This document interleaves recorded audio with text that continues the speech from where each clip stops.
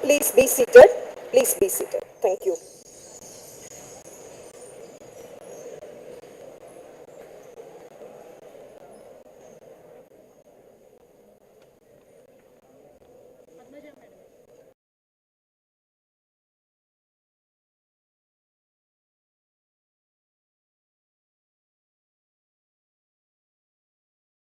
I am Dr. J. Avanija, Deputy Dean, Academic Programs and Training and Professor, School of Computing, Mohan Babu University.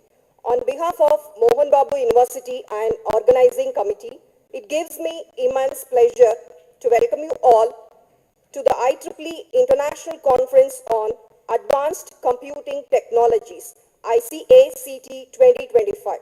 This prestigious conference is an ideal platform for researchers, academicians, and professionals to exchange ideas and foster collaborations. We are honored to have distinguished speakers and guests with us, whose insights will undoubtedly inspire and propel us towards new frontiers in these domains.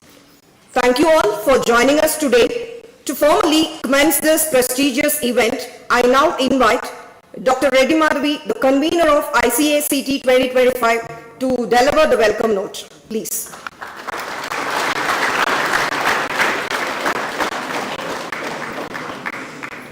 Thank you, Dr. Avanija.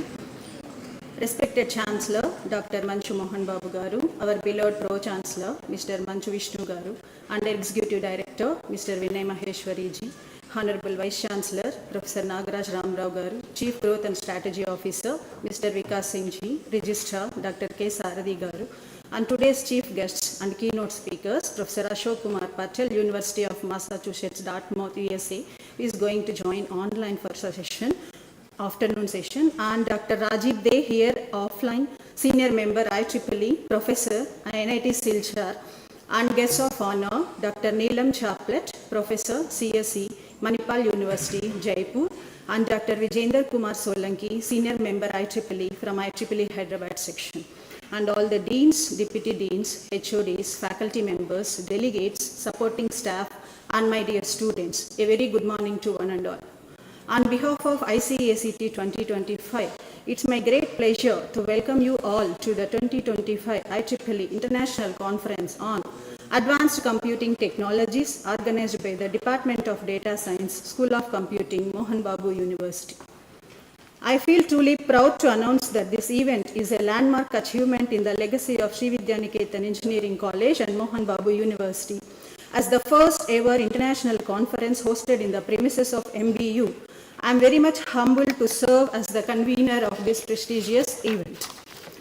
I wholeheartedly thank the IEEE Computer Society Hyderabad section, whose constant support and encouragement have made ICACT 2025 possible after our dedicated efforts over the past 3 years. Their role has been truly instrumental in turning this vision into reality.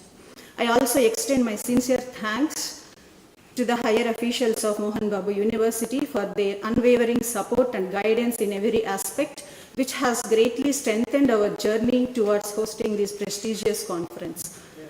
We are privileged to host eminent keynote speakers, distinguished guests, and thought leaders from across the world, whose contributions will undoubtedly inspire and guide the participants. I am confident that this conference will foster collaboration, ignite new ideas, and create impactful discussions that will shape the future of advanced computing. I am very much delighted to report that the technical committee received a total of 1232 quality manuscripts from different regions from USA and Saudi Arabia, Oman, Ireland, China, Australia, UAE, and different states of India like Karnataka, Andhra Pradesh, Tamil Nadu, Telangana, Punjab, Jaipur, Dehradun, and various industries like Juniper Network, Salesforce, HCL, etc. After rigorous review process and as per the IEEE guidelines, 236 manuscripts were selected to proceed for inclusion in IEEE Expert Digital Library and submitted towards indexing in Scopus. With this note, I warmly welcome all the delegates and wish you a rewarding and intellectually stimulating experience at ICACT 2025. Thank you. I welcome you all.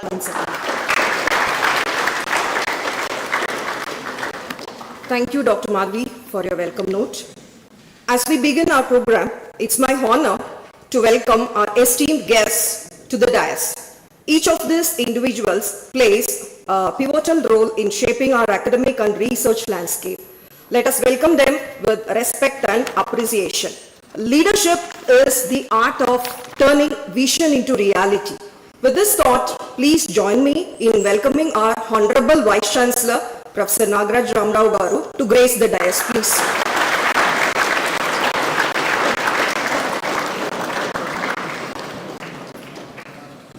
True growth begins with vision and true strategy begins with unstoppable. The best way to shape the future is to empower minds with knowledge and innovation. With this thought, I am privileged to invite our distinguished chief guest and keynote speaker, Dr. Rajiv J, Senior Member IEEE, Professor, Department of IEEE, National Institute of Technology, Silchar, to grace the dais, please, sir.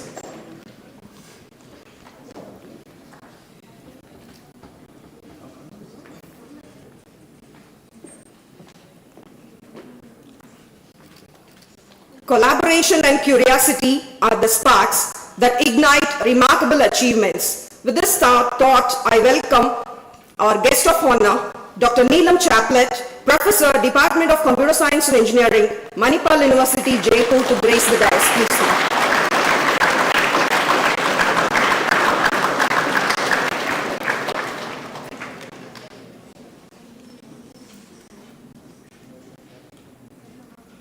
Innovation in technology finds its true value when it serves humanity.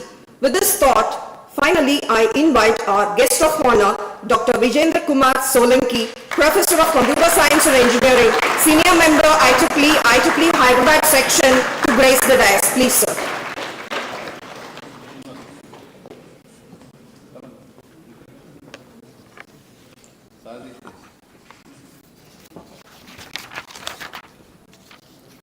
Great research does not just answer questions. It sparks innovation that reshapes the world. With this vision, I will invite Dr. Avireni Srinivasulu Garu onto the dais, our Dean Research and Innovation. Thank you all, dignitaries. To commence this event in a truly auspicious manner, I now invite our esteemed guests to light the lamp.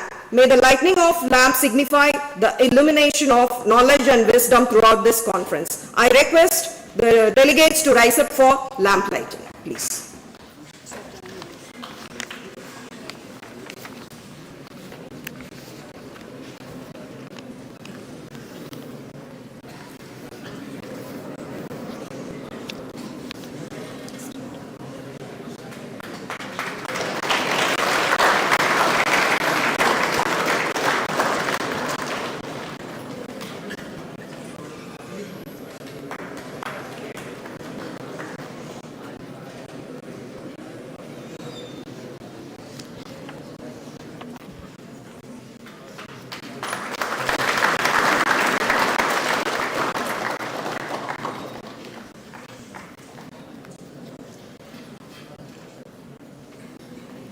Thank you, esteemed dignitaries. Now, let us invoke the blessings of the divine with a soulful prayer song.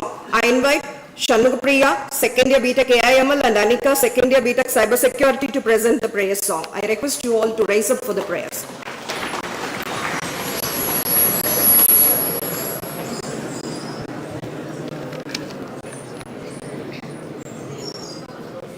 गरुडगमन तव चरण कमलमिह मनसि लसतु मम नित्यम् गरुडगमन तव चरण कमलमिह मनसि लसतु मम नित्यम् मनसि लसतु मम नित्यम् ममता मम पाकुरु देवा मम पापम पाकुरु देवा मम तापम पाकुरु देवा मम पापम पाकुरु देवा जलजनयन विधिनमुचिहरण मुख विबुध विनुत पद पद्मा जलजनयन विधिनमुचिहरण मुख विबुध विनुत पद पद्मा विबुध विनुत पद पद्मा मम तापम पाकुरु देवा मम पापम पाकुरु देवा मम तापम पाकुरु देवा मम पापम पाकुरु देवा भुजगसेन भव मदन जनक मम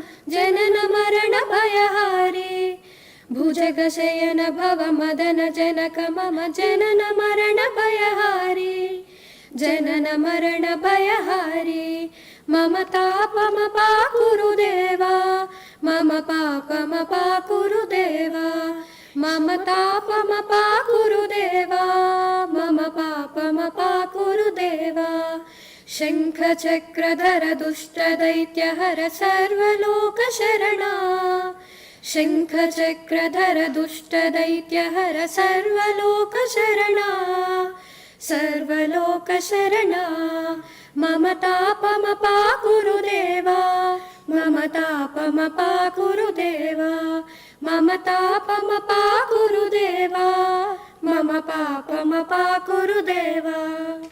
Thank you. Thank you, Anika and Shanupriya. I now take the honor to invite our Honorable Vice Chancellor of Mohan Babu University, Professor Nagaraj Ramrao Garu, to address the delegates. Please.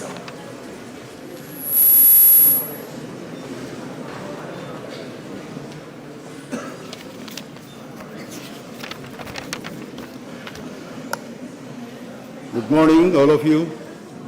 Namaskar.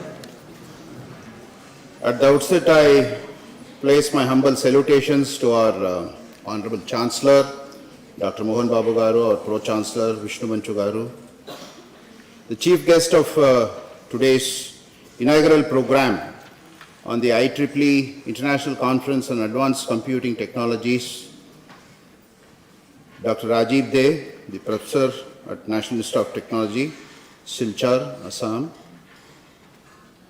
Professor Ashok Kumar Patel, College of Engineering, University of Massachusetts, Dartmouth, USA, who is participating virtually later during the day, Dr. Neelam Chaplot, Professor Computer Science and Engineering, Manipal University, Jaipur, Dr. Vijendra Kumar Solanki from the IEEE Hyderabad section.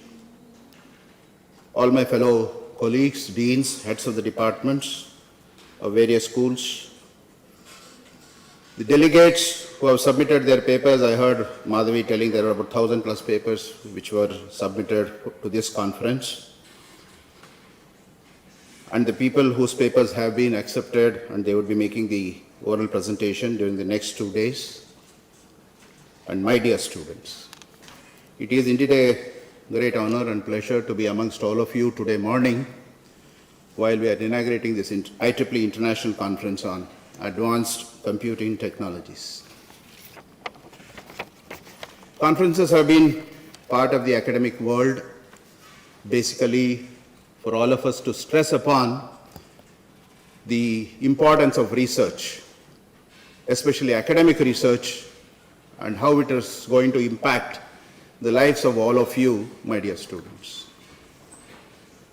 Unless and until a teacher takes up the research in whichever field of area of his expertise or her expertise, the teaching wouldn't be meaningful. That is what is the understanding about the entire academic world, and therefore, in whatever way possible, research has been included or embedded into the day-to-day activity of a teacher. Whether a teacher likes it or not, it's obvious that for him or her to be relevant in today's classrooms, it is very important that they know what is the latest which is happening in their specific area of interest, so that their lectures become meaningful in classes and they are able to convey what you guys are expecting out of them in the classes. Because with the evolution of the classrooms over the last 2 to 3 decades now, with the influence of the ICT technologies and the current day, I would like to say the disruption caused by the AI in the academic world, the role of the teacher is getting diminished day by day. And this is where research plays a very important role to reaffirm the importance of a teacher, importance of a teacher-student relationship, importance of in-person classes, physical classes, and why that has to be there for you to be better technologists, better engineers, and better scientists. Because whatever you get in the virtual world is written by somebody which is already pre-existing as per his or her understanding, which is coming out to you. Nobody is going to tell you what is in between the lines there. And it is the job of the teacher to tell you what is in between the lines, what a specific hypothesis or a specific concept actually means to me in the physical world. It's nobody else, none other than the teacher who can bring it out to all of you. And that is where the classroom interactions become very important, and that is where the academic research has a major role to play, my dear students. So it is obvious that being an educational institution, being in university, Mohan Babu University pays utmost importance and interest to the research. It is very much evident from the fact that Mohan Babu University at a point of time, maybe in 2021, when we were not a university, we were still an affiliated college. For a faculty strength of about 400, we used to publish about 200 papers. That was the time. But once we became a university and where we defined a proper and very empowering research promotion policy for the university and motivated our teachers and told them the importance of research. To tell you the fact, today we publish almost about 1,600 papers every last calendar year. My dear students, we see the research as calendar year, 24 calendar year, we have published about 1,600 papers, all Scopus or SCI indexed, which took our H index from 22 in the year 21-22 to 57 today. It is all because of the wonderful research that is being done by your faculty. H index is an index which shows that how many similar people, peers in the world, are referring to the papers published by your faculty from this university, and an index of 57 for a very young university like Mohan Babu University, which is just 3 years old today and going to complete 4th year in the year now, 25-26, and my first BTech batch is passing out. This particular growth, I see it as a very exponential growth. It is basically because of the interventions, the timely interventions, timely empowerments that has made research thrive in this campus, and people like Reddy Madhavi have a major role to play in this journey of Mohan Babu University. And I congratulate the team after Dr. Reddy Madhavi, Dr. Avanija, and the entire School of Computing team for making such very, very important and very, very, niche conferences to happen at Mohan Babu University. The themes have been very, very selective. The themes have been very selective, and each time the conference proceedings have been published in very good journals, something like Springer Nature and now IEEE Explore. These major publishers wouldn't allow any papers to be published through them unless and until it is of good quality and good innovation. Unless and until there is innovation, a delta in research noticed in these papers, these journals and these publishers wouldn't publish the papers of our faculty. And again, a big congratulations and round of applause to the team of Dr. Madhavi and the team from the School of Computing who have made this possible year after year at Mohan Babu University. And I think she's been organizing this conference for the 3rd time or 4th time at Mohan Babu University. And this time, we have collaborated with IEEE. IEEE also, though we were a branch, we were a recognized branch of IEEE under the erstwhile Sri Vidyaniketan School of Engineering. There were not much activities that were conducted under IEEE, and now we are doing hell a lot of activities, and the branch counselor, Dr. Hemant from the Electrical Engineering Department is spearheading many such initiatives at Mohan Babu University. I congratulate him and his IEEE team because we have formulated to the person from the Hyderabad section So Dr. Solanki from the Hyderabad section, we would like to tell you, sir, that we have created branches in all the possible departments, having IEEE branch in the electrical sciences, the circuit branches, or the computer science is very, very natural.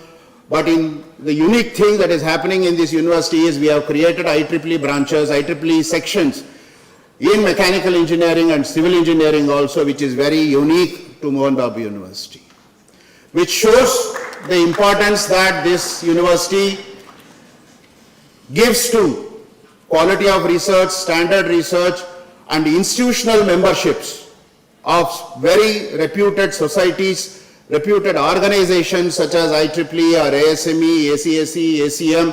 You could have any such important professional societies. We are an institutional member for these societies, and we have many activities, student-centric, faculty-centric activities being conducted under the banner of these societies, under the banner of these professional bodies. It is for all of us to understand the importance of these societies, these professional bodies, because in what way these societies and bodies are going to make an impact in your lives. That is very, very important, my dear students, and I always keep telling this whenever I talk to you, because I see large number of students here. There is something called a shelf life for any engineer. There is similar, like you have a shelf life for a medicine, there is an expiry date for medicine, there is expiry date for food products. I term it as shelf life for an engineer. The shelf life in current day is not even zero.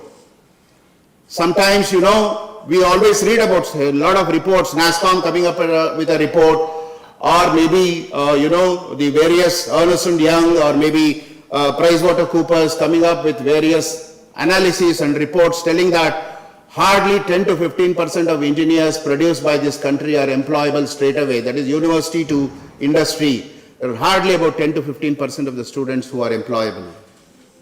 That is basically because there may be a huge gap between what is taught in the classes versus what the industry wants. Madam, I think you are giving a running commentary, the last but one row. Yes, yeah, you know, I know you have realized it. Please get up, stand up in your place. Yes, the corner student. Yes, yes. Please stand up. You could share this with all of us if you feel it is very, very important.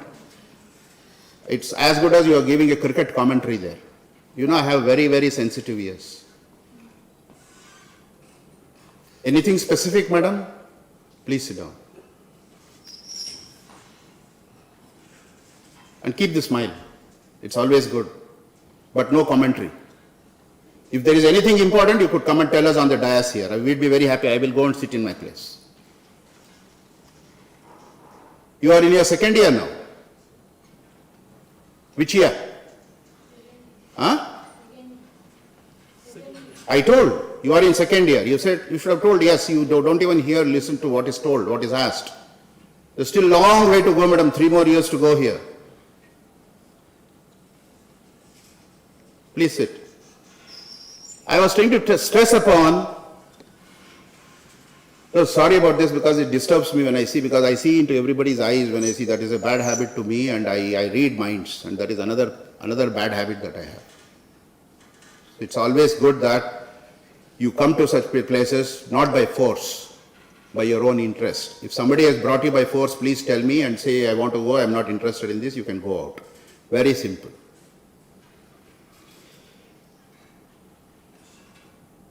The gap between the classrooms versus what industry wants has been growing tremendously.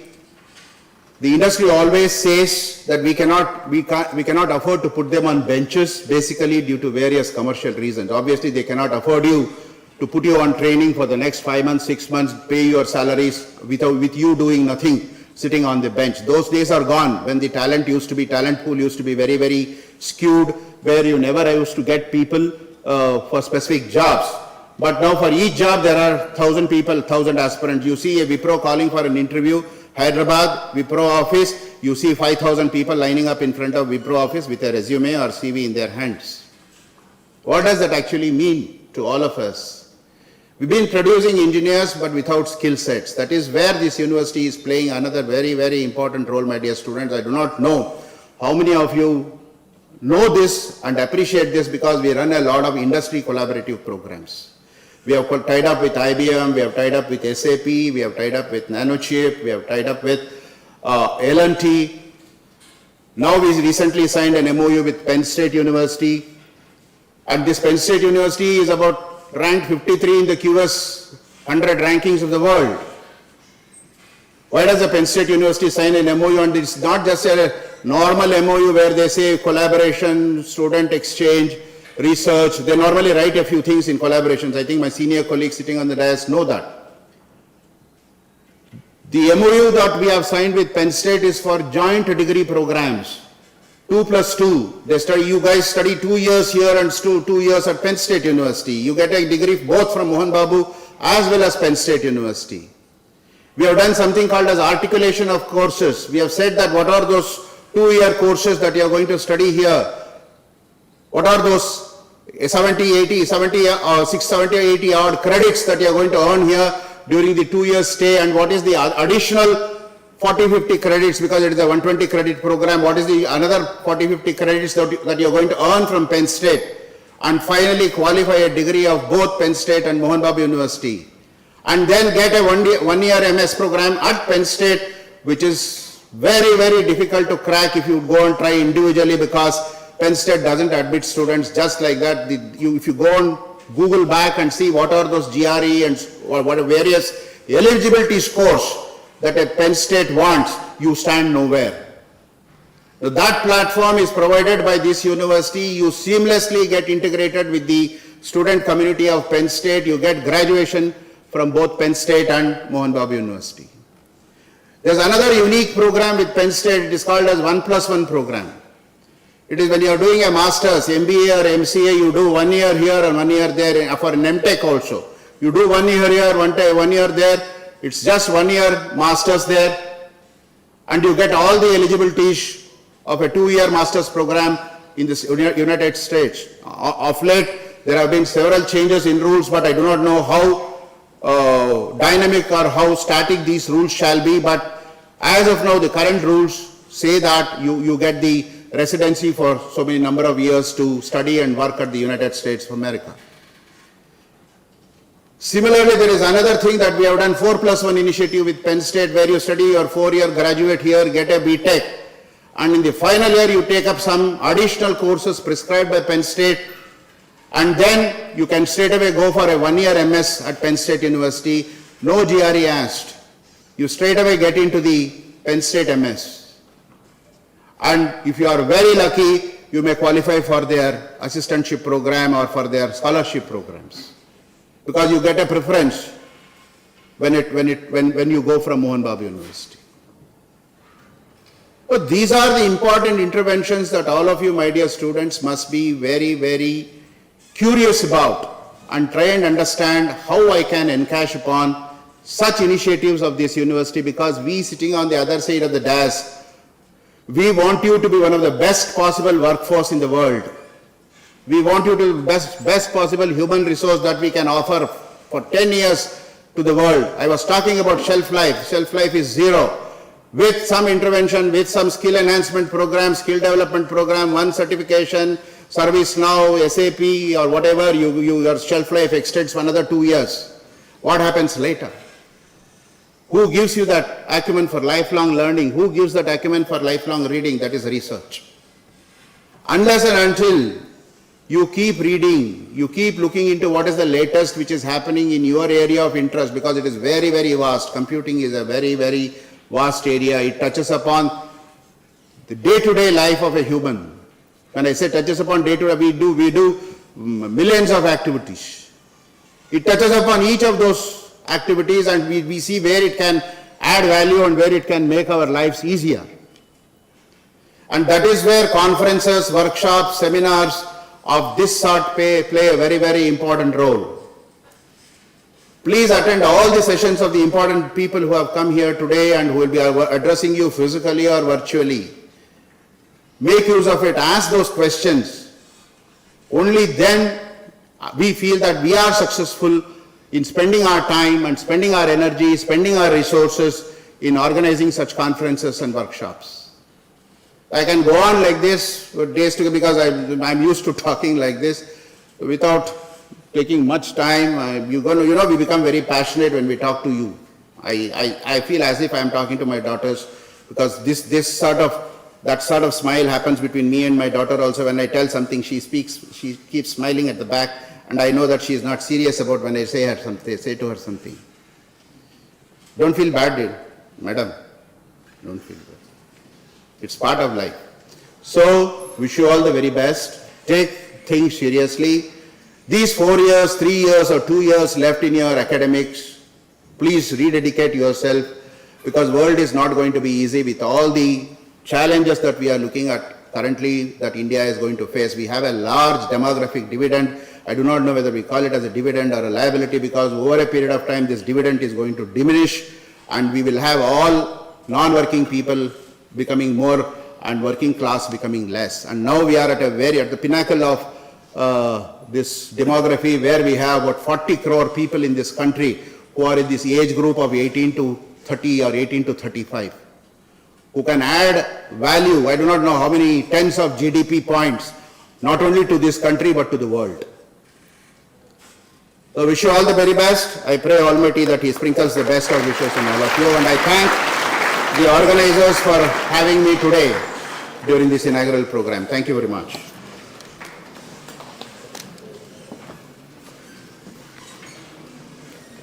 Thank you very much, sir, for your thought-provoking speech. Moving forward, it's my privilege to introduce our chief guest and keynote speaker, Dr. Rajiv Dey, Senior Member IEEE, Professor, Department of IEEE, National Institute of Technology, Silchar. Dr. Dey has built an inspiring academic and professional journey spanning more than 3 decades. After completing his schooling in Sepa, Arunachal Pradesh, he earned a diploma in electrical engineering from Dignitary Engineering College, Morbi, Gujarat. He began his career as a service engineer in industry before moving into academics and serving at Government Polytechnic, Silchar, and later at Sikkim Manipal Institute of Technology, where he contributed for over a decade. Dr. Dey went on to earn his BTech in Electrical Engineering from Northeastern Regional Institute of Science and Technology, Itanagar, securing the university first rank under NIHU, Shillong, followed by an MTech in Control System Engineering from IIT Kharagpur. He received his PhD in Engineering from Jadavpur University, Kolkata, and later pursued postdoctoral research in automatic control at Singvestor IPN, Mexico City, under the prestigious TWAS Fellowship awarded by the World Academy of Sciences, Italy. Since joining NIT Silchar in 2014, Dr. Dey has guided several research scholars, completed multiple sponsored projects, including international collaborations with Dalhousie University, Canada, and holds 2 granted patents. He has, to his credit, over 76 research publications, and as principal investigator, he has led 3 funded projects with nearly rupees 86.5 lakhs, focusing on advanced areas such as control systems, rehabilitation, robotics, and socio-psychological modeling. His areas of expertise include control theory and applications, biomedical engineering, network and cybersecurity systems, and the modeling of socio-psychological systems. His research has earned global recognition with over 1,200 citations to his work. Dr. Dey is a senior member of IEEE, fellow of the Institution of Engineers, India. He serves on the editorial boards of leading international journals including Springer, IEEE, and InterScience, and also been invited as a guest editor for MDPI process. His leadership roles include serving as General Secretary of ACDAS and Honorable Secretary of IE Silchar Local Center. With such distinguished contribution to teaching, research, and professional leadership, Dr. Dey continues to inspire students, researchers, and peers across the globe. We are honored by your presence at MBU. Thank you very much, sir. Now I invite Dr. Rajiv Dey to deliver inaugural address for the gathering, please.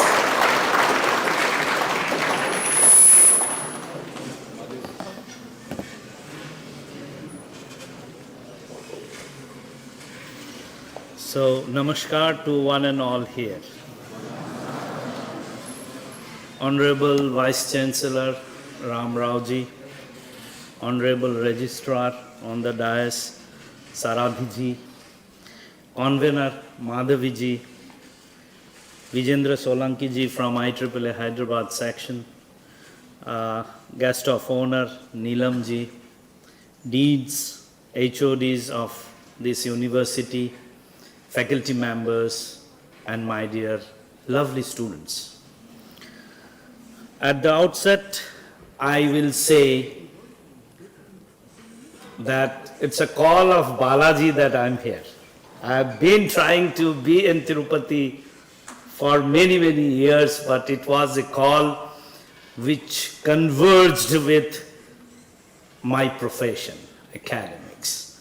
So I think it was a very nice convergence of belief and a profession. So my wholehearted, definitely, prayers that has come true, and a dais where I could do a darshan yesterday of Balaji, and that's all because of Madhaviji and the organizers. I'm really thankful that it was long due for me to be here.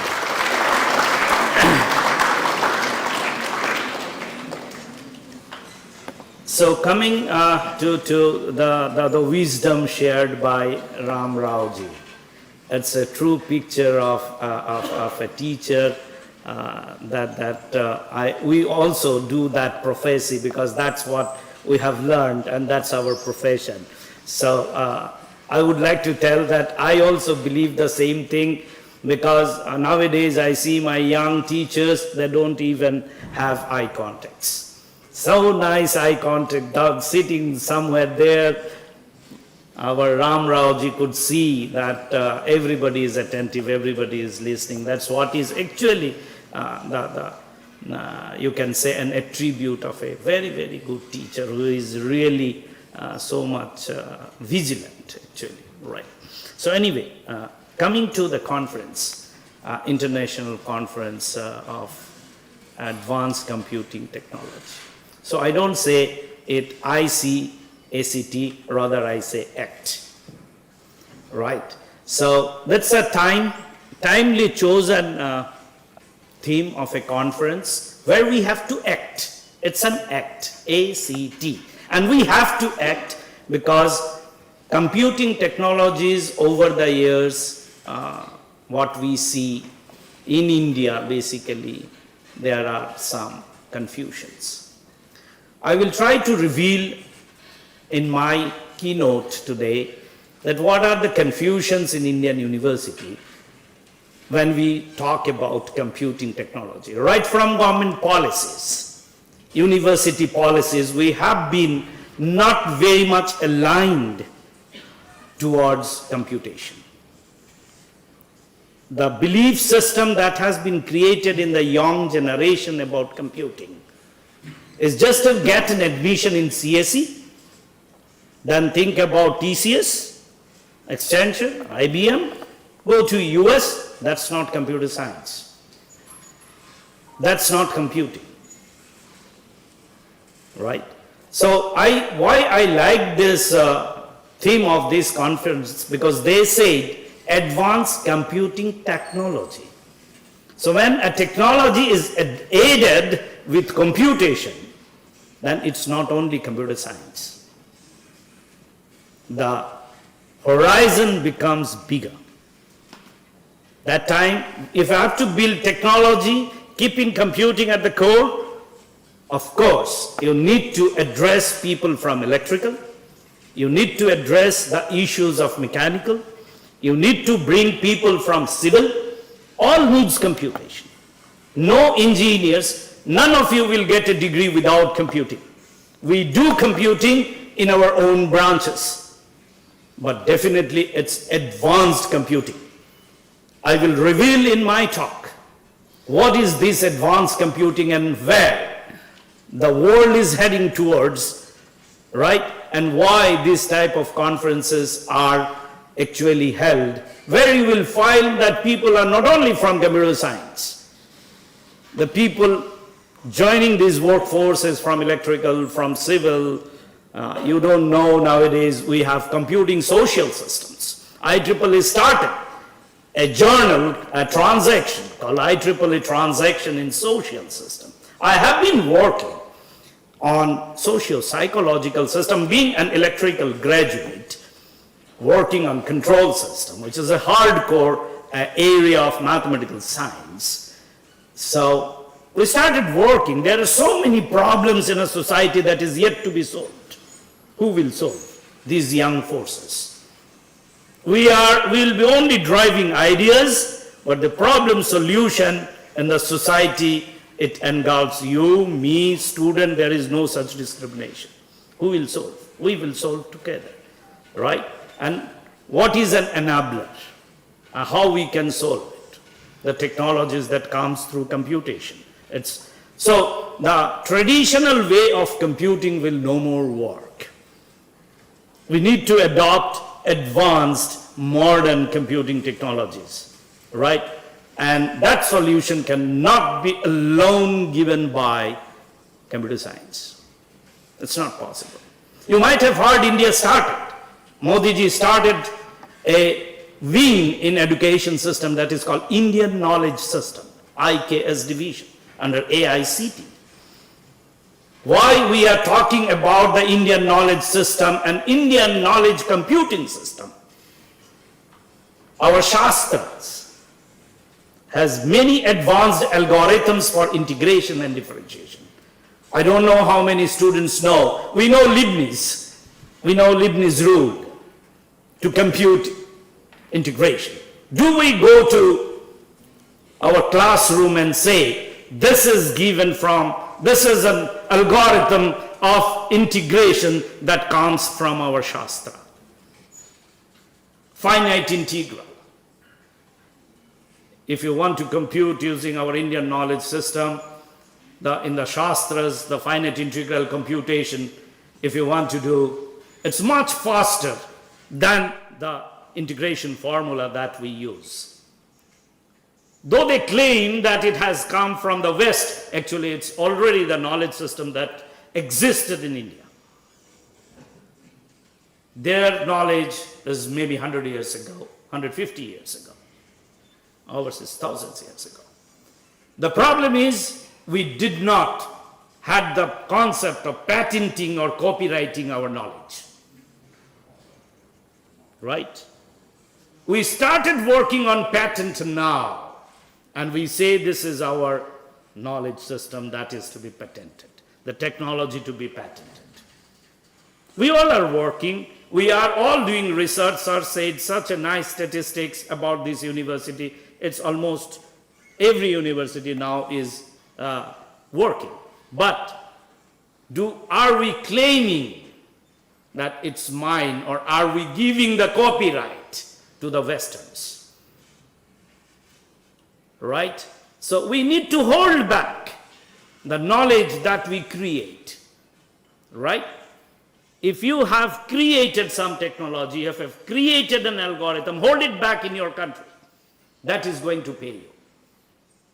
Right?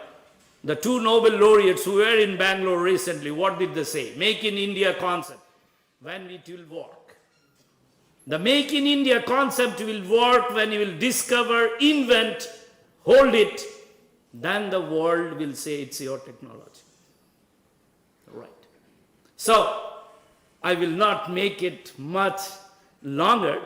Definitely, I will try in my talk to tell you that in advanced computing technology, what exactly in today's world, the engineers, electrical, civil, computer, how can we come to a common platform to create share the knowledge and really build technologies that can go back to the society, and it can be a sustainable technology. And it can give us revenues, it can give us solutions to the problem. So that's what exactly I would also urge that when you read books, when you do projects, pick up the problem from the society. Try to see that, is it a solution to a problem that has come from the society instead of taking from the Google or ChatGPT. Go to the society, talk to the people, try to understand the problem, right? And then try to solve it. You have heard my CV. It was long CV, thank you. It has not come in one day.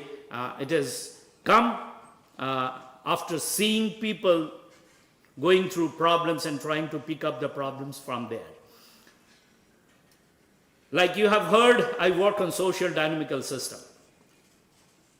I wrote one project one fine morning. Two of my BTech students worked. Weird idea. There are so many problems in Indian society about the divorce. As we say, we are progressing, right? You see the lifestyle in Bangalore, the metro cities. Government report says the divorce rate is rising in Indian society. I thought what an electrical engineer can do. We do maths, we do computation. So I wrote a project, how to study the stability of a relationship between husband and wife in an Indian society. We came up with a model which is now in controversy with an Harvard University model of Romeo-Juliet model. And we proved that Romeo-Juliet died, right? But Romeo-Juliet do exist in India. There's a paper which is upcoming in Transaction for Social Computing System. But Romeo-Juliet do exist in India. We proved mathematically, we have a theorem for that. But in India, Romeo-Juliet do not die. There are ways how you can regulate something called emotional intelligence, and that can be a part of your psychology, right? And psychology and society, they are feeding information one to another and going back. So it's some sort of an automation between social system, the social structure, and your own psychological system. So we proved mathematically, yes, that Romeo-Juliet are do stable relationship in Indian society. I will share with Madhaviji or something when the paper comes out. It's an interesting problem. We have picked out case studies from Bangalore city, from various parts of the world, and we proved mathematically, and we had a controversy because, you know, when you fight with people on computation from Harvard, so it's very difficult to convince them because they think about their social structure, but hardly they know about our social structure, and integrating it with a computational system is really, really tough when you are proving it using a differential equation or a theorem using a differential equation. So anyway, that's what is actually advanced computing, and it goes back to the society. Then only we will be praised by the people. We are solving our own problem. Thank you very much for having me here. Thank you.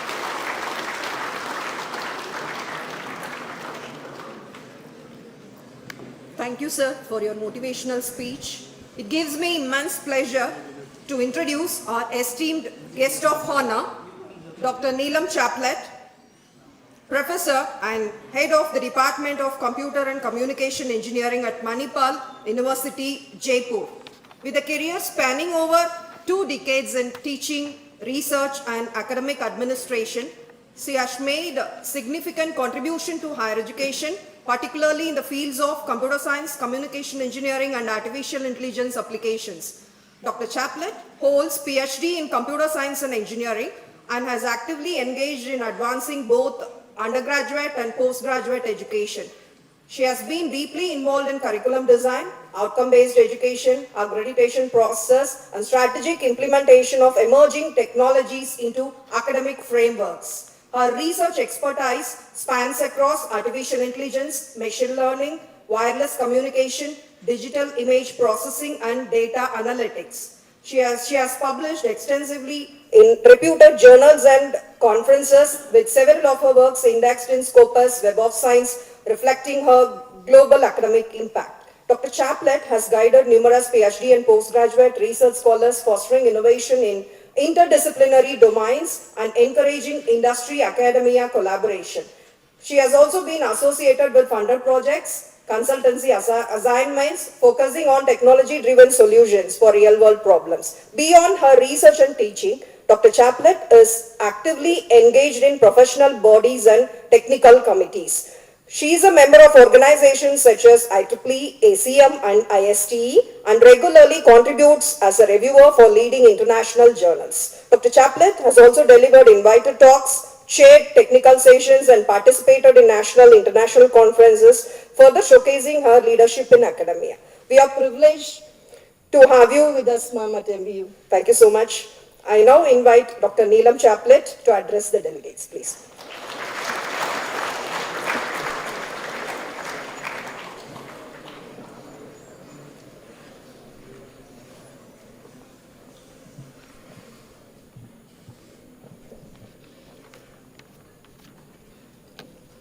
Good morning, everyone. So, I would like to correct a little bit in my description. I am from Computer Science and Engineering Department from Manipal University, Jaipur. Okay, it is my privilege and I really sincerely thank the Vice Chancellor, Professor Nagarjun Ramarao sir, for inviting me for this talk over here, for this conference over here. I'm thankful to Rajiv Dey, Professor Rajiv Dey. I'm thankful to Professor Vijendra Singh Kulkarni. It has been a privilege to be here at this particular platform to interact with you all in the conference, where we will be talking about the advanced computing and computing sciences. Actually, I belong to the field of computer science and engineering, where we have been working in machine learning, AI and deep learning. So, coming to this conference opens a lot of areas, and it also opens a lot of interaction with you all to work with and discuss with the problem statements which exist in this particular area. So having myself here as a guest of honor is a privilege, and I sincerely thank everyone from the organization and the management to provide me this opportunity to have a guest of honor in this particular conference. While working with this particular domain, I have been working with medical sciences, and in medical sciences there has been a lot of problems regarding the data which are available. Along with it, the explainability of all the models which we work on. You might be knowing a lot of LLM models which are there in the market right now. Okay, so these LLM models do provide a lot of information, but how much information is correct and how much information is up to the mark is a big question mark. And along with it, if it is generating the information, how this particular information has been generated. Okay, so when they are working on these large language models, this generation of information requires some explainability, that how this knowledge has been generated and what is the reason behind the knowledge which has been generated, because it works like a black box where you don't know what is going inside that black box. Okay, so explainable AI brings this concept into this neural networks and deep neural networks, where you are able to understand that why a particular decision has been taken by a black box. So that adds to the trustability issues which are there in the medical domain, because medical domain works with trusts. Okay, means there has to be some solid reasons or solid concepts which should be there behind this domain. Then only we can say that yes, this solution is working for a medical domain, or this solution is not working for a medical domain, right? So to bring that trust, we have in market explainable AI, which is working to identify the trustability issues. So if we create a complete pipeline, and again, another problem statement which exists is, like if you are working on a medical data, there are less data available which is actually correct. So you have to think about the methods in which you can generate that data, or the data set which is available is very small. So you have to understand the methods in which you can generate those data. So a pipeline can be created from data generation to the explainability in this particular domain. And I'm quite sure that this advanced computing technologies, IEEE-ICACT, which is going to be held over here, is definitely going to bring a lot of information and a lot of knowledge which can help you all to navigate into the research areas which are advanced research areas, and you will get the ideas to come up with something new in the domain. And as described by Vice Chancellor, that the MBU University, Mohan Babu University, is just 3 years and it is going into the 4th year. Seeing the work which has been done into the university based on this small span of time, I feel you have a very good opportunity to work under various fields, various collaborations and other activities which are taking place in this organization. You should be working towards this. Along with it, one more issue is there with that LLMs are in the market, so you have a lot of knowledge which is available through LLMs. But what knowledge you are getting, by using that knowledge, will you be able to succeed in future? That is going to be a big question mark. Okay? So to make sure that you don't get lost in the real world, it is necessary that you come with innovations in the thought process, okay, and work on those innovations. So in the end, I would like to say that definitely this conference is going to provide you all with a very good opportunity to interact with different personalities working in different areas, okay, and thank you all. Looking forward to interact with various persons who are going to present in the conference and exchange with the research ideas which are available over here in the conference. And I thank you all. Thank you, ma'am, for your valuable thoughts. Now I request our dignitaries to kindly release the solemnity, which encapsulates the essence of ICACT 2025.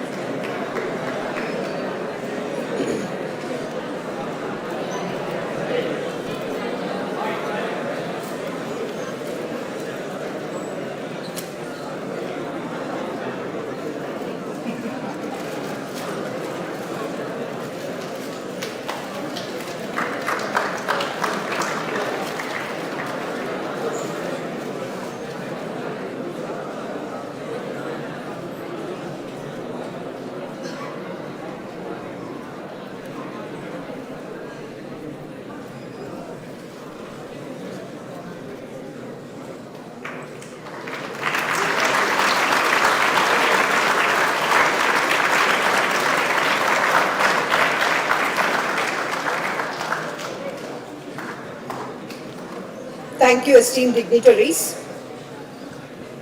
To express our heartfelt gratitude, we will now felicitate our distinguished guests. I would like to invite our Honorable Vice Chancellor and Dean, Research and Innovation to felicitate our guests.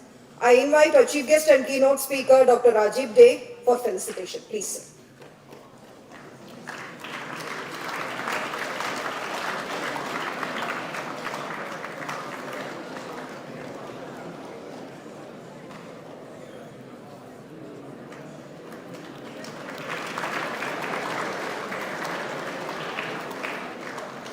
Now I invite Dr. Neelam Chaplet for felicitation. Please, ma'am.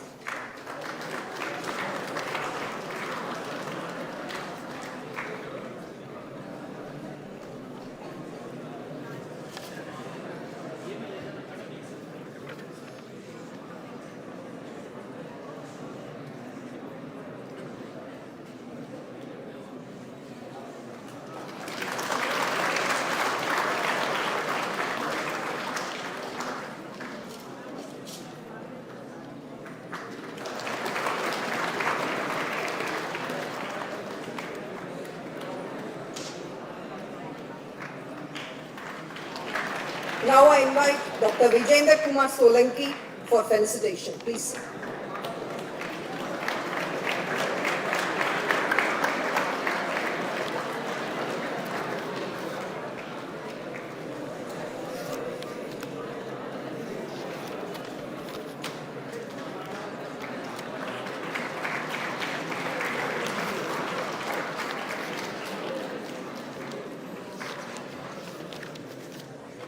Thank you all.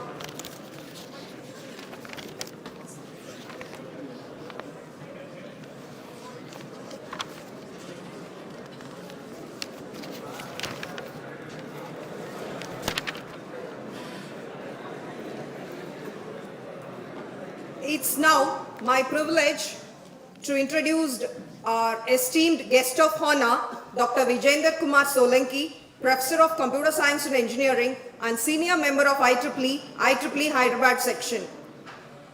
Dr. Solanki is currently serving as a professor at Department of Computer Science and Engineering, Stanley College of Engineering and Technology for Women. With over 17 years of rich academic and research experience, his expertise spans across network security, Internet of Things, big data, smart cities, and information technology. Dr. Solanki received his PhD in Computer Science and Engineering from Anna University, Chennai, and holds ME from Maharishi Dayanand University, Rohtak.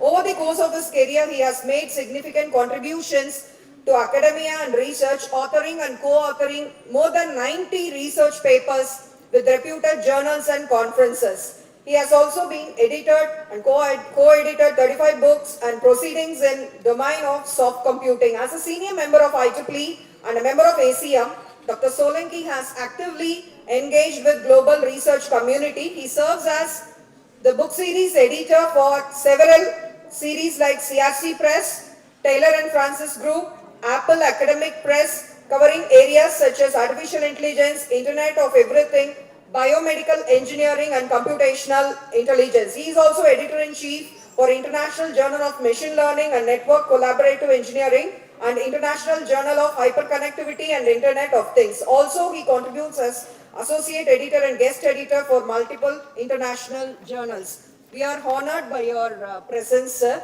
I now invite Dr. Vijayendra to address the delegates. Please, sir.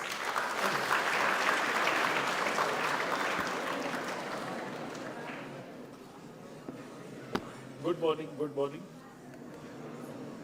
To the guest on the dais, faculty member and my dear students.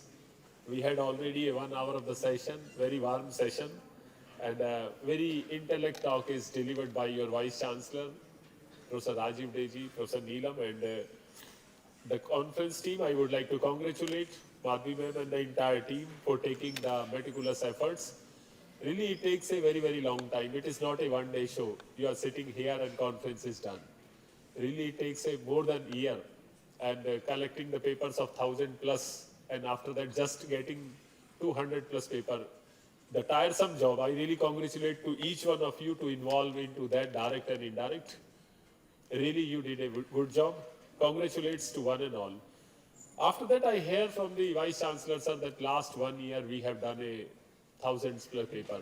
So just a brief advice to the student, like I can see the mostly are the student are sitting. Yes, the counts are always good. It looks very nice, but be careful. Like, you know, in the roads, there is a written one line, drive lane, safe lane.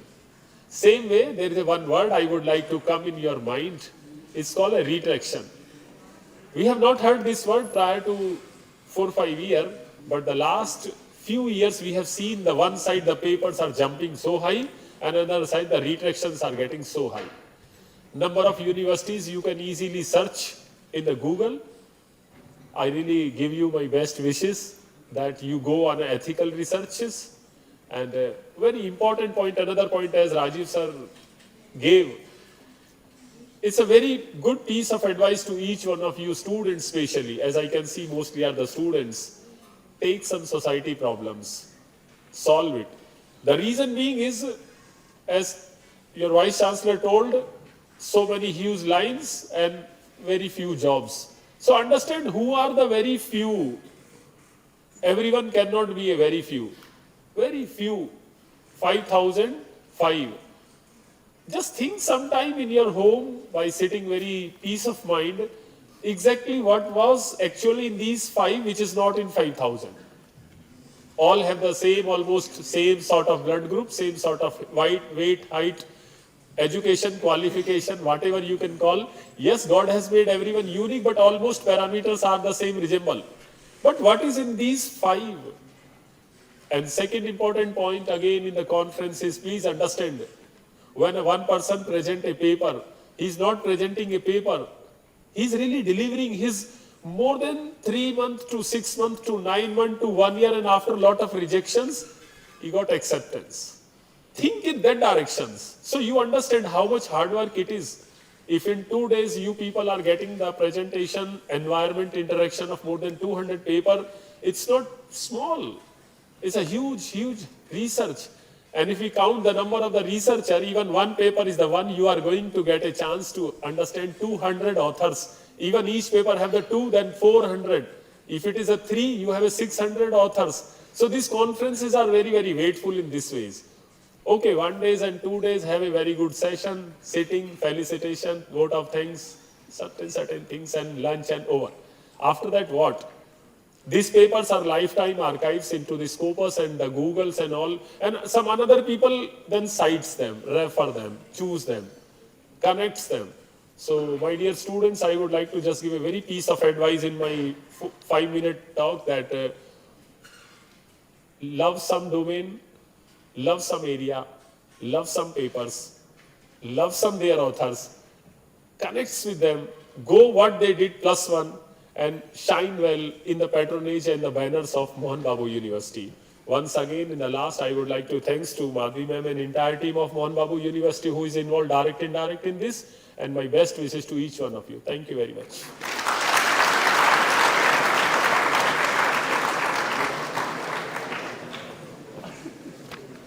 Thank you, sir, for your motivational speech. Now I request our Dean, Research and Innovation, Dr. Avireni Srinivasulu Garu, to address the delegates. Please, sir.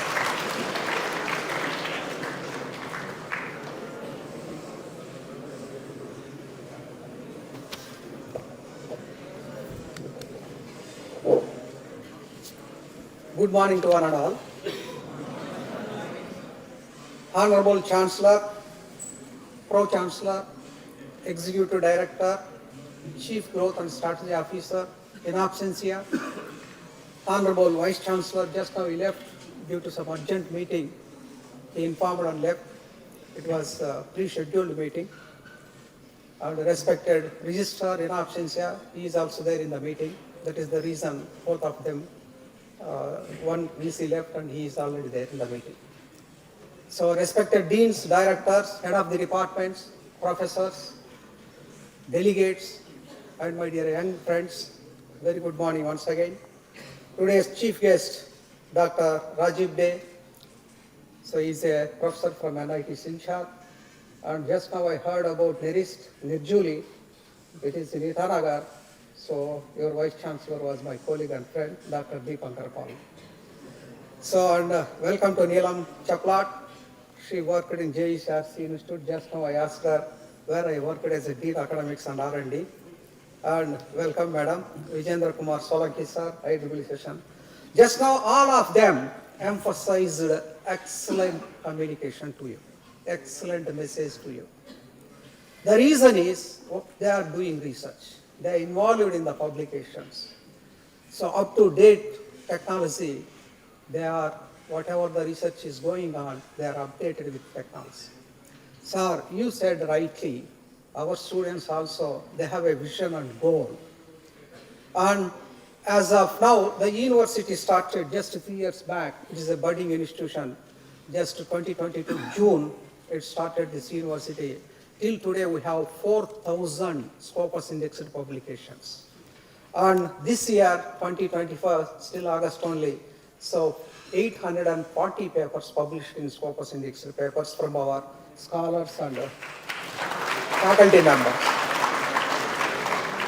And as of now, this year only 98 patents are filed and published. So total, only the university 310 patents are filed and published from this past 3 years, sir. And funds from the government of India, 6 crore 12 lakhs funds, ongoing researches are there in different departments, sir. And apart from the consultancy, non-government, around 5 crores projects are, we got it from industry, sir. So this is the data of our research progress in our university. Just now Solangi sir emphasized, explained about the retracting the papers. Sir, as of now, we are at most care taken, the dean, all the head of the departments, most of them are researchers. We categorize the faculty into the 3 categories: research faculty, teaching and research faculty, only teaching faculty. So it is left to their choice. The research faculty is given utmost care, and we have given all the facilities to them, Turnitin, including all the research facilities. So on seed grant also we are providing every year. This year also just we provided 14 lakhs only, but the management is kind enough. This year almost all they are ready to give 2 crores of the seed grant projects. So retracting the papers from this university, retractation of the papers from this university, almost all I can say 0. So though we have 4,000 papers, retracted papers are 0. This I am assuring you, and we are all taking utmost care.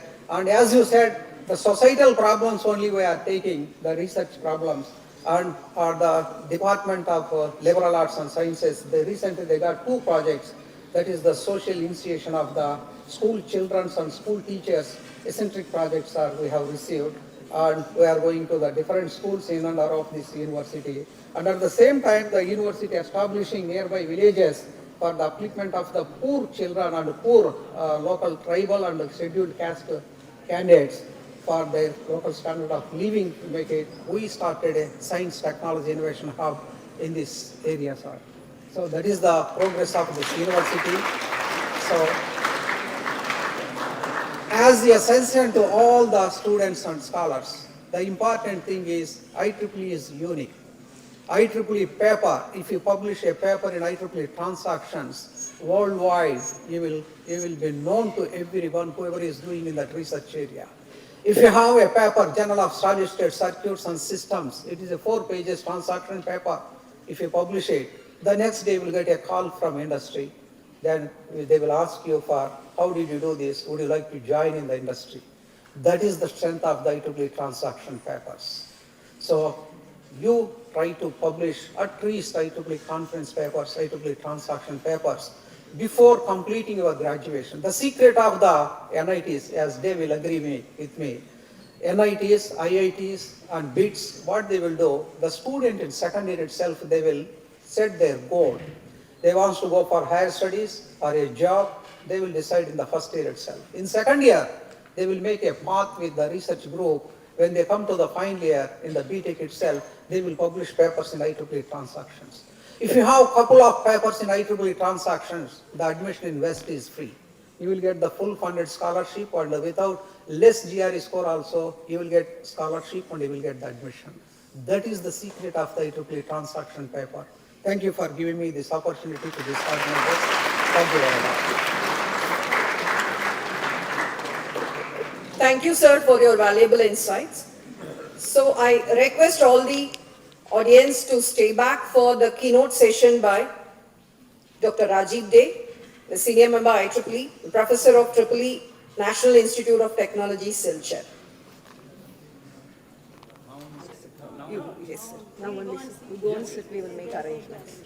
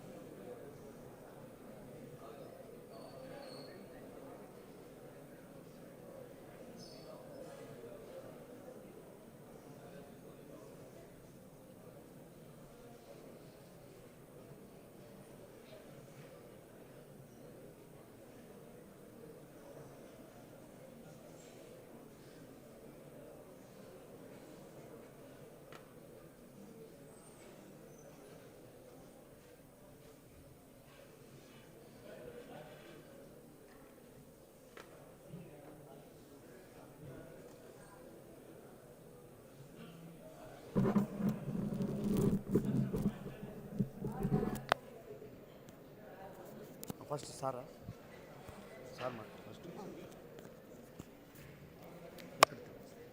Collar में लगा दीजिए यहाँ दे दीजिए best पकड़ेगा it will catch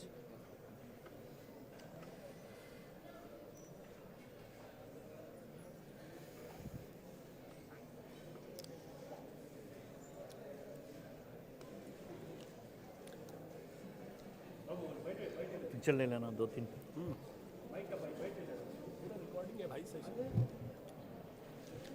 अपने को क्या मतलब अपना मोबाइल से आ जाए वो बहुत है बस बस बस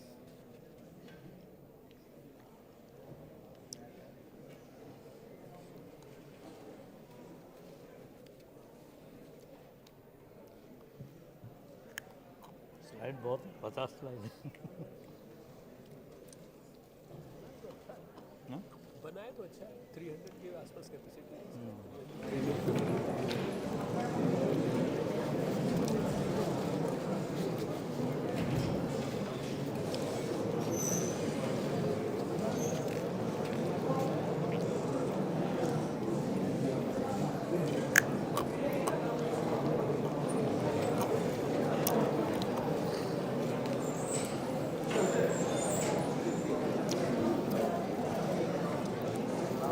तुम्हारा कल है ना कल है कीनोट कल है कीनोट फ्लाइट भी लेट है कोई दिक्कत नहीं कीनोट देके निकल जाएंगे नहीं होगा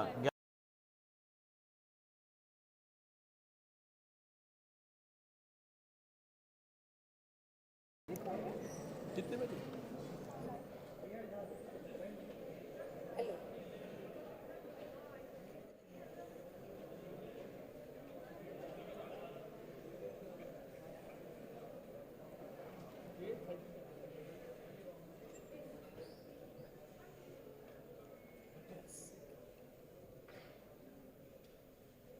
So welcome back to the keynote session.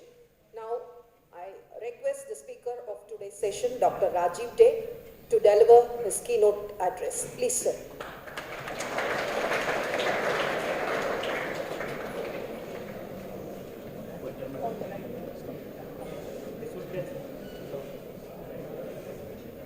Recording. Caller mic. Yes, sir.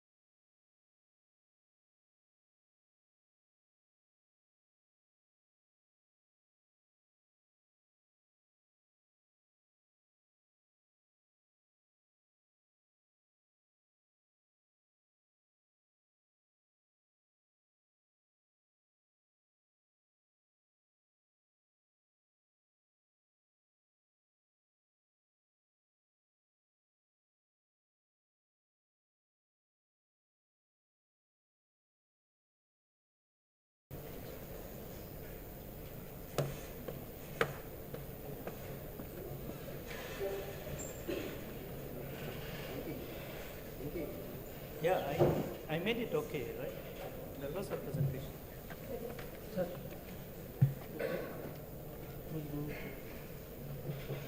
It's not.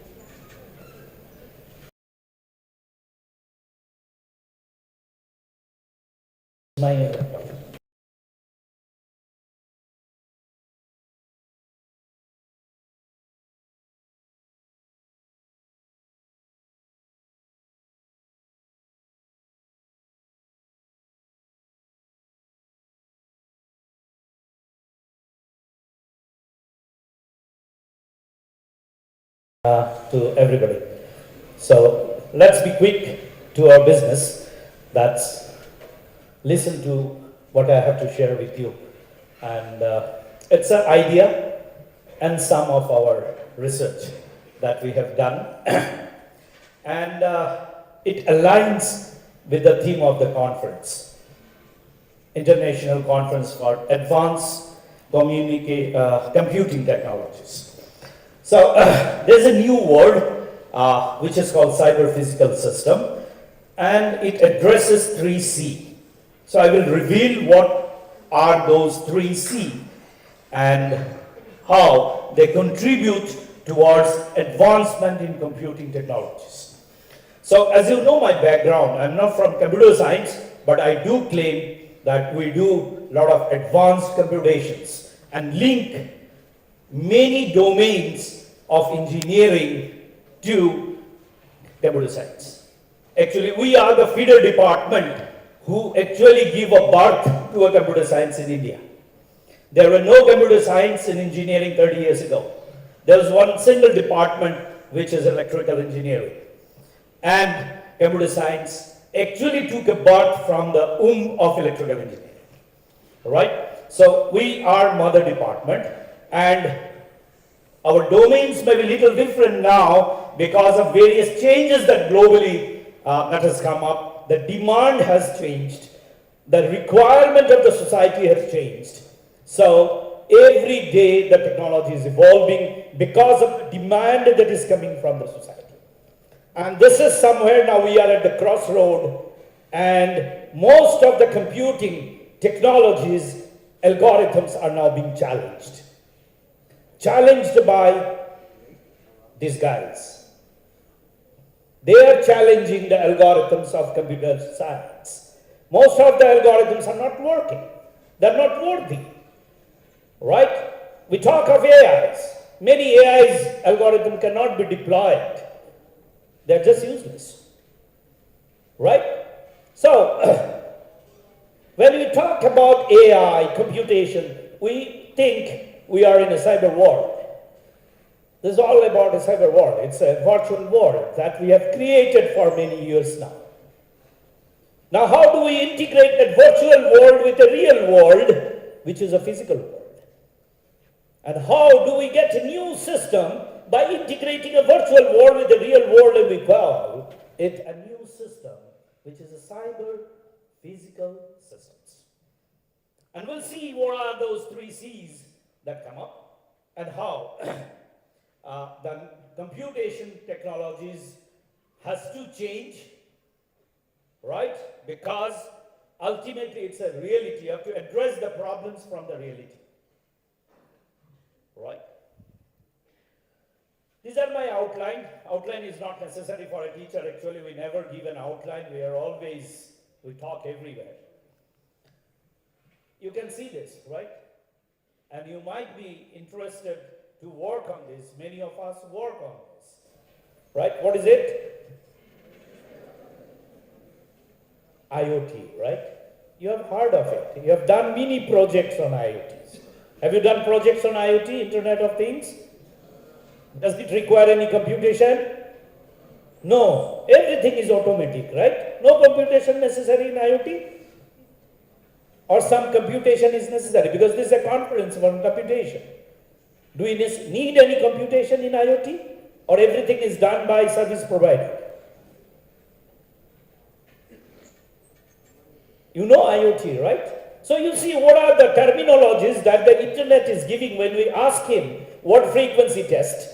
When we do a what frequency test, then we find that IoT, all the informations that are stored in internet, from the word frequency test, you get to see virtual, you get to see objects, you get to see data, you get to see information, you could see connectivity, physical, communication, devices, integration. These are the words that are coming. So it means IoT deals with all those: data science, computing, internet connectivity, communications, and it's a virtual world, they say. But with virtual, there is something integration of physical also. So IoT is something that's a hot cake still in India, but it's an obsolete in West. It's almost an obsolete. The days have gone. So IoT is something that was invented to create a bigger umbrella, that how we can create an infrastructure from where the cyber world and the physical world actually gets interconnected seamlessly. Right? So the West has already started working on advanced computing technologies, looking at integrating the physical system with the cyber system. They did not reveal the fact to us. Because we know we are the leaders in IT. We are leaders in IT, but we are not leaders in computation. That makes a difference. When I say we are leaders in IT, it means we are not leaders in computation. So they had a dream which was not shared to us until recently. We realized in India that with IoT we cannot again achieve many things. So this is something we did a test again, word frequency test. And now we find similar thing, cyber, physical, computing, sensors, components, computation. So everything that your conference talks about. Advanced computing technologies. So when you talk about making a technology, it's not sitting down in a computer and writing few Python codes and you see and fed a static data into it and see some results are coming out. That's not what is computing. Right? You need a reality, a dynamism, somewhere, something to test how good is your computing platform, your algorithms. Right? So that's exactly now people are trying. The world is saying that it's a cyber world, physical. Now you see physical systems are becoming more of the frequency of the words that are coming up. Physical systems, components, control, computing. Computing is there, has to be there, but you see the frequency of the word has gone down. What is coming up? Physical systems. Now the need is from the society. Society needs solution. Society does not need just peanuts. Society needs solution. Right? Just writing codes for no use to society, kids are not viable solutions, that's not going to help anymore. Right? You see the lectures being given by our political leaders. They have their scientific advisors. They know the world is heading towards what? Because finally engineering is a business. Please try to remember, you all has to be a good businessman, should be a good economist. It's not just because of degree you are here. Every problem that you solve must have in your mind what's the economics. And engineers are good economists. Has to be. You should be entrepreneur, right? If you are building something, right, you need to think that can I come up with a product? No matter, it's in the lab scale, later on it can be a prototype, it can be pilot, you can have your patent. As I have seen the data, 315 patent filed and published. For what? For records?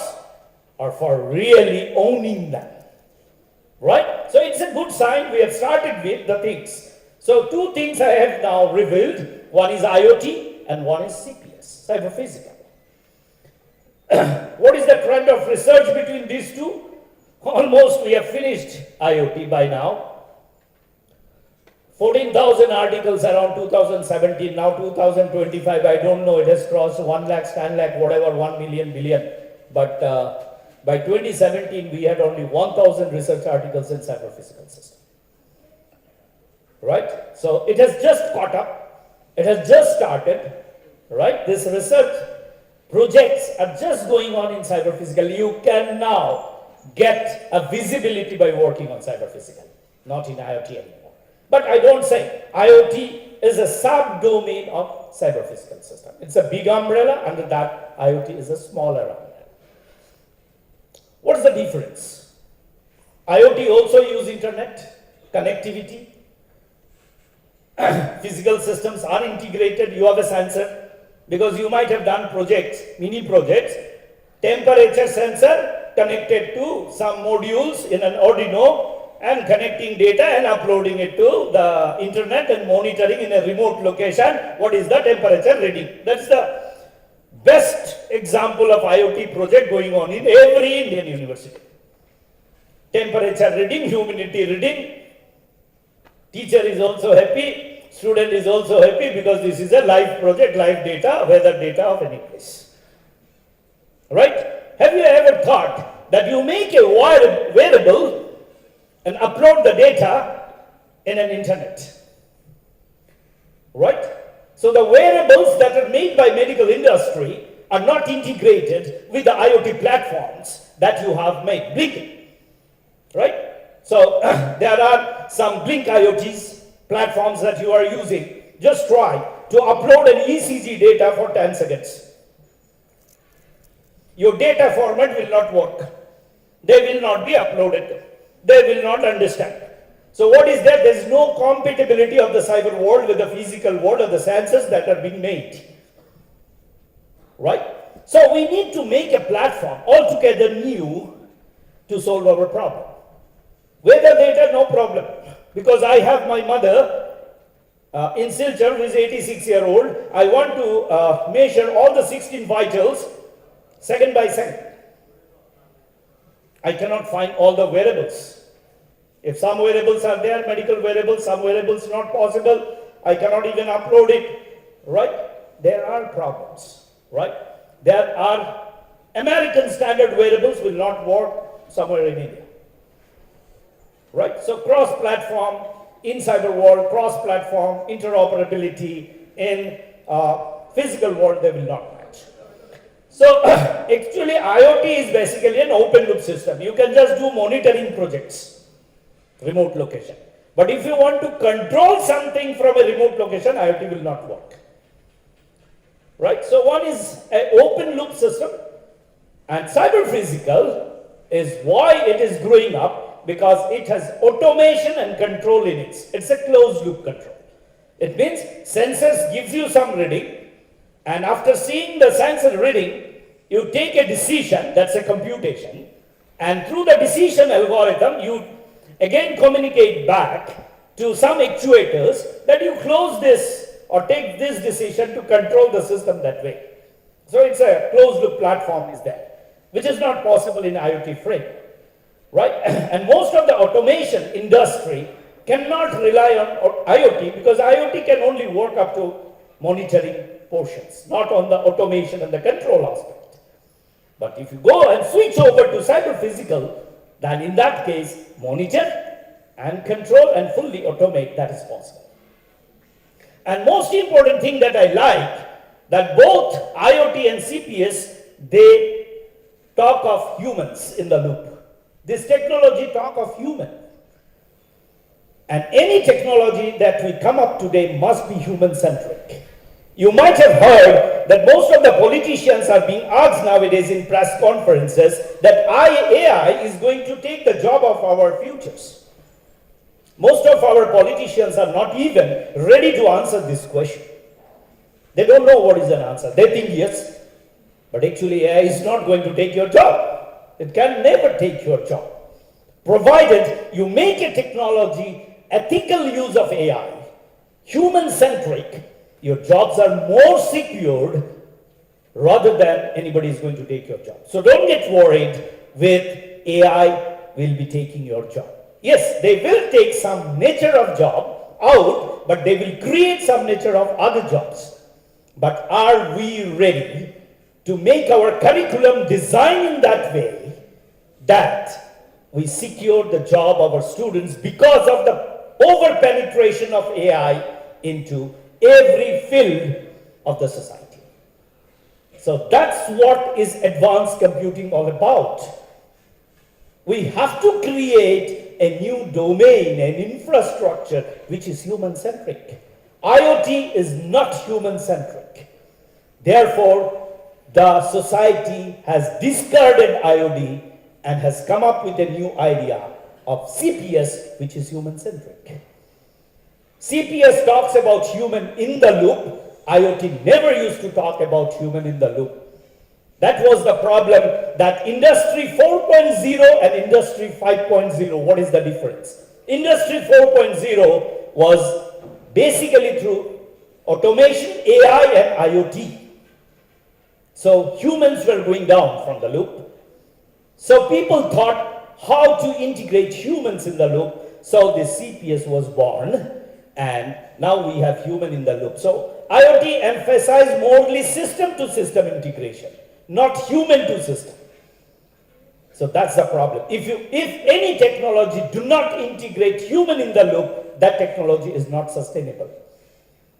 So when we talk about United Nations Sustainable Goals and the technologies for attaining sustainable goals, we cannot take out humans from the loop. Humans must be a part of a technology.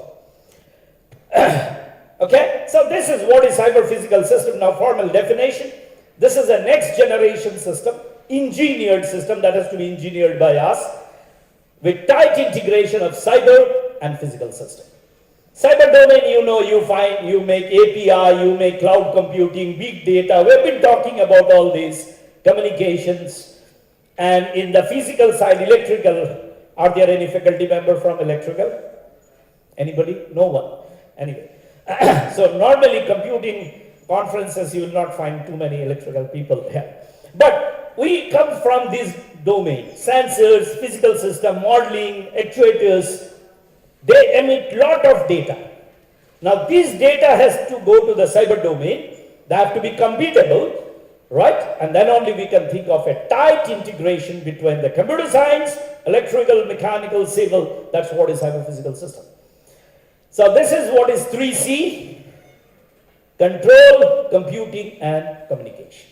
That's the 3C concept of cyber physical system.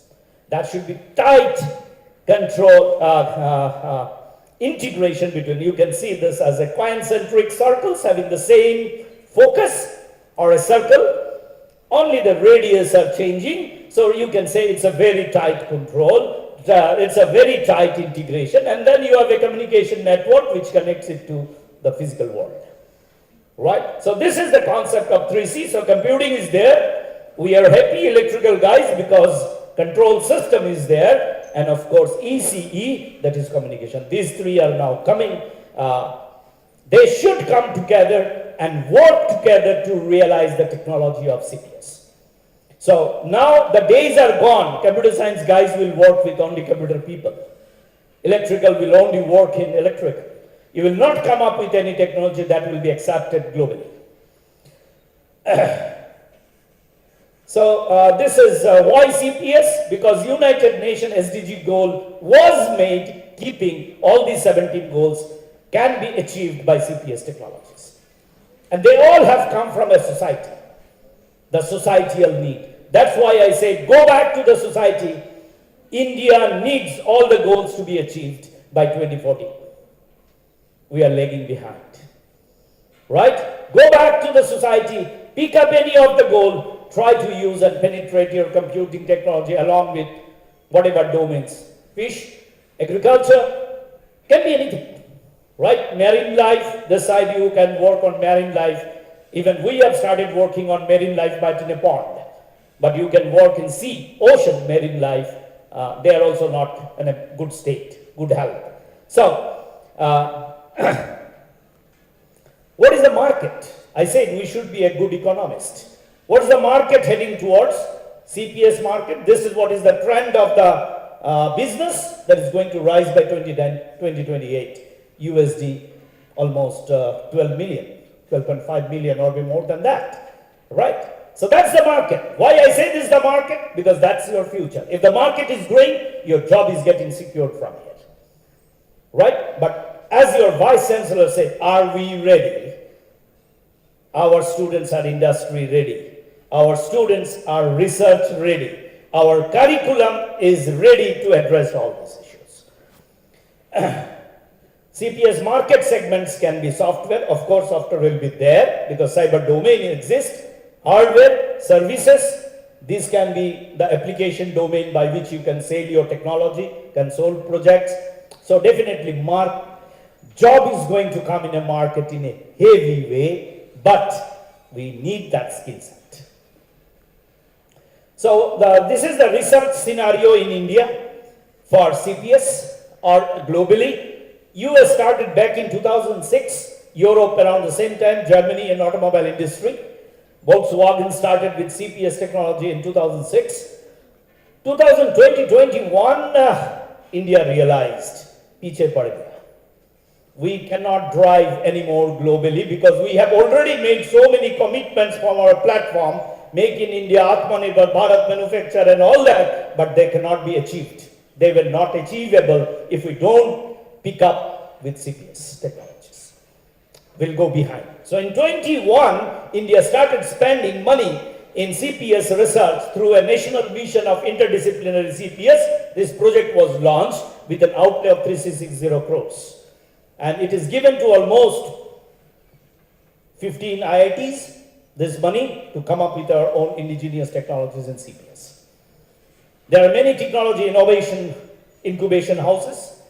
Companies have been formulated in IITs which are solving toward this. Send your students. You guys can apply in internship in those IITs. You will get to know that how the CPS technology is moving ahead for electrical engineers, for computer science, for others. You can join as a workforce in those technology innovation hubs, TIH, and through internship we can start upgrading our students. Even us, we can go, even we can apply for projects under CPS in those IITs, triple ITs. These are the technology verticals that India is addressing at the moment through this project funding. Advanced communication, quantum, fintech, bio-CPS.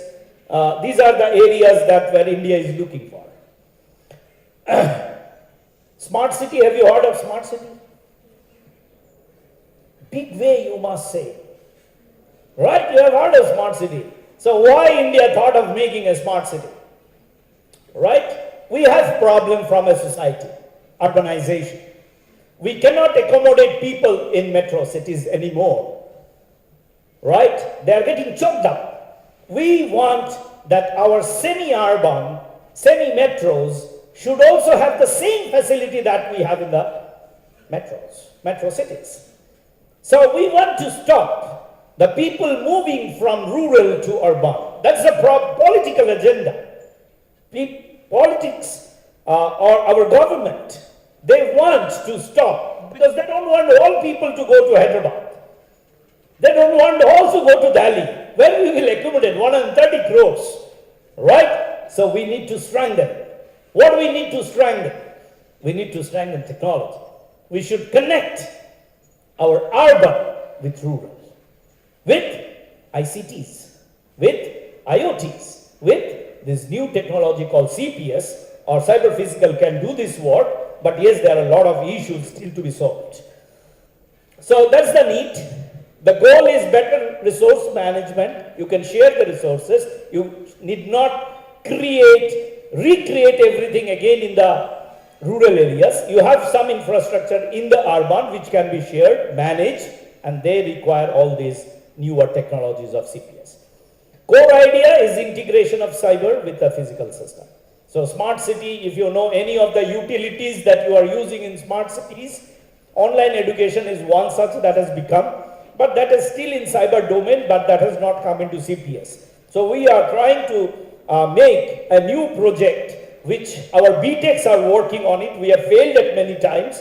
So we will start writing a project we try that a student at MBU access our lab physically through a cyber world at NIT Silchar. You will be in a position, if you are from electrical engineering, you have to operate our circuit that we will establish, right, from MBU, and you will get the same feel of that operating my circuit lab or the machine labs that I have there, or my robotics lab there. But that goes through multiple issues and challenges. That's not very easy. As long as the power level is very small, it's okay to connect a relay and get an information and switch on, switch off. But when it's a 1 HP motor, data being coming and actuators being a large, right? So the compatibility of the cyber world power requirement and the power requirement at the hardware levels, they are not matched up, right? So we have virtual laboratory at IIT Guwahati, IIT Delhi, they have Amrita Vishwavidyapeetham, they have made, but they are all in cyber world. Actual physical worlds are not connected. So what we are looking at NIT Silchar is now to connect a physical world with a cyber world and make a virtual lab, right? So that can be a very good example in education industry.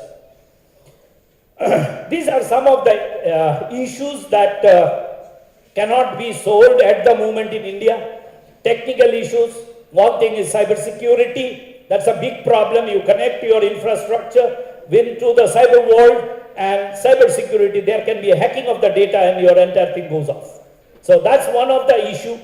Interoperability between the cyber world and physical world, because the type of protocols, the formats of the data that cyber world use and the type of the data that is coming out from a particular application may not match, right? You may have XML format, the data that you upload in an XML format from a dynamic system that may not be understood by the physical world. Maybe by the cyber world it's compatible, JSON, XML.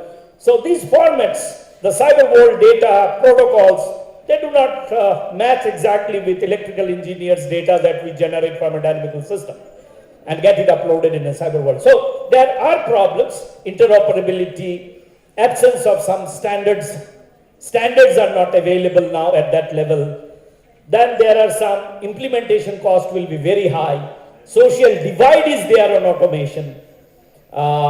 Then we have something like technology acceptability. As I said, a question, AI should be used or not used? There are a lot of debates still going on. Should we use AI or not? Right? You ask old people to use banking from a mobile. They will say, I will not use, my money will go. AI will take my money. So we are engineers, we are from technology background, we know AI is not going to take money. Go to a village and tell them about automation, they will not accept it. It's not so easy to penetrate in a society. We sit down in a room where all are engineers, we think we understand. Are we capable to make people understand about automation and technology to rural areas? Do they accept it? Because finally the users are the society. It's not the book and to get a grade. That's not our objective. We have to go and solve the problem of the society. Are you ready to do that now? Right? So look beyond your books and try to use what you are studying to take and at least talk to people in a society the way your teachers talk to you in the class. It's not an easy job to convince. And when a new technology comes, it's very difficult. Now I'm talking. For last 2 years, I'm talking of cyber-physical system. I cannot even convince half of my colleagues. Now, half of my colleagues, after 2.5 years, are now, they are switching to me and saying, what is cyber-physical? Well, I said, why are you coming now? Said, now, many papers are getting published. People are getting projects. It's interest, right? When we see interest, there is an acceptability. When you don't have interest, you don't have acceptance. So it's difficult actually to make people understand the core values of the technology. That's a problem CPS is going through currently. Gender bias is there, definitely technology acceptance and gender bias, that's a social problem. Smart grid, anybody have heard smart grid? No? In this state also we have a smart grid, right? You have solar rooftop connect it to the grid, you can generate power from the solar and sell it to your Andhra Pradesh electricity company. Okay. Do you have that net metering in your house? You can generate, sell money and reduce your bill, right? That is come maybe. So that's a part of a smart grid. Okay. So these new technologies are coming. You have your solar integrated with the grid, right? You are generating your power, supplying it to the grid, and your supply company is giving you some rebate. So you are saving money, you are also using renewable energy, right? So you are reducing the carbon footprint because you are consuming less from the grid, means thermal is less used. So carbon footprint is also going down. So helping the earth, climate, right? But to do this smart grid, so much of integration, so it's not an easy job. Lot of computing, lot of communication, lot of hardware requirements have to be met.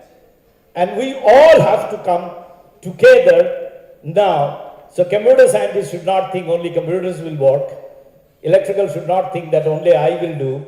So now we have to sit down to solve problems together. That's what is my message. We cannot work anymore in silo.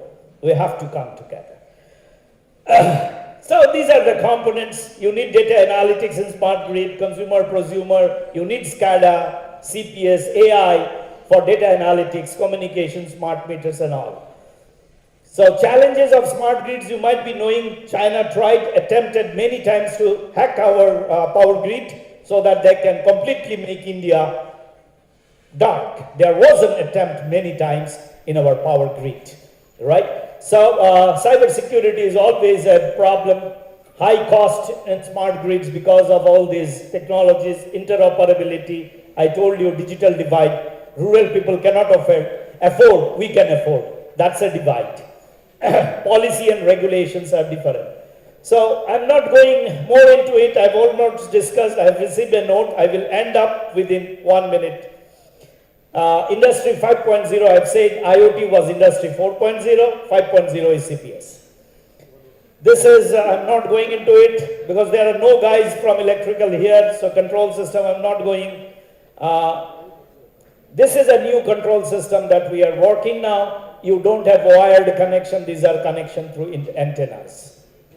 Okay, so now we have wireless connectivity in a control. That's what is a new control system that we are defining for connecting cyber to the physical. And this has a lot of challenge to do now. So this is Nagraj Gopal book, which has been read by me 30 years ago. Now also we are teaching to students control system, this one, but the age is now this. Wireless control. So we are building up theories through the research, publications that what will be the new technology for control system. So I'm not going into all this. These are little mathematical. Your modeling has to change for the physical system. You should have automata theory, finite state machines. Now we are integrating with control systems because we know we have to integrate. You require for communication, ADC, DSC has to come, that has to be modeled inside your mathematics or modeling control. Cybersecurity is something that is much required in control system because your system can be hackable if you connect it to cyber world. So many different types of cyber attacks may be there to have all these things people talk about in computer science, authenticity, confidentiality, integrity, right? So how do you do that mathematically and prove that? So these things, frameworks have to be defined now. These are some examples, recent cyber attack problems for control engineers that we study. These are some generation of control. Now we are here around for the control system. So this is what is, we call it a cyber physical system control architecture, where you have a communication network and this is a digital communication network. This is an internet or a medium where all your data are uploaded, downloaded, and control comes via this communication network. So a good computing technology should have a good background of communication, of course computer science communication for the cyber world, and also the computation of the physical world. They should all integrate now. These are some of the case study that we have been doing for 2016-17 now. We started investigating about the delay from the communication network and how it affects the control system. These are done by our BTech students, 2 patents granted, 3 SCI journals, 1 PhD from New York, the student, and 1 from Ohio, about to graduate. This is the outcome of BTech project that we started in 2017 when CPS was not there anywhere in India. But now this is a highly cited paper, and I give my acknowledgement to my students. So these were the architectures. Now you can say, I said wireless controls has to be there, so we have to change a lot of computing algorithms of our traditional control and to deploy. So these are how we did delay computation, runtime delay, and then these are some practical results that we implemented, and then we saw how we can stabilize a system when communication network is trying to disrupt my stability of the system. This is another where we are investigating control in a cyber physical system with one of my good friend from France and one from India.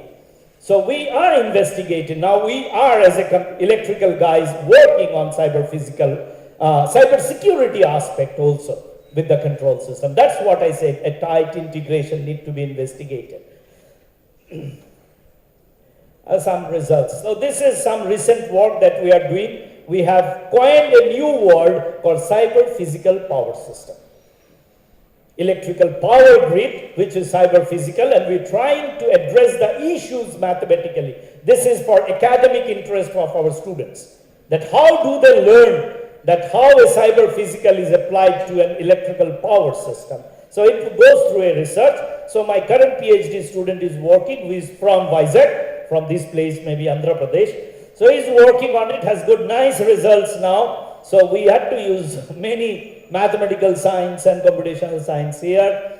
We are working for packet loss from the communication, cyber attacks, delays from the communication. However, our problem is still electrical load frequency control problem. So these are some of the results to show you. This is something on robotic teleoperation between India and Spark project with Canada, remote connection of 2 computers, 2 robotic arms, and to control the robotic arm in master-slave configuration. So that's what I conclude. Very difficult when we talk to students to conclude. The theme actually from my side to this conference is sustainable digital transformation for next generation secure technology. So that's what we should prepare our generation for. And we must not look like in West. There is nothing called computer science department in any university. It's electrical and computer science. Every electrical is a good computer engineer, every computer engineer is a good electrical engineer.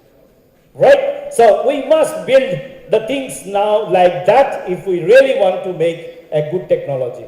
And how it has to be done? Adoption of new generation engineered system. Right?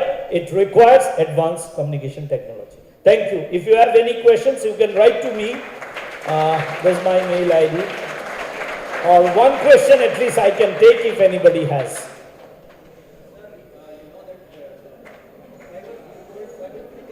Yeah. Its name is not given by me. Name is given by the World Forum. It came IoT, and there was demerit of IoT. Right? Then people started calling it cyber physical system. IoT is also the same thing. There is something cyber and there is some sensors, some data coming from physical system. This is an internet of things. Right? But there is a problem that reverse connection was not there. It can go only one-sided, monitor only. Now we want to do control. So we call it system. Make a system which is a tight integration between cyber and physical systems. That's what is happening.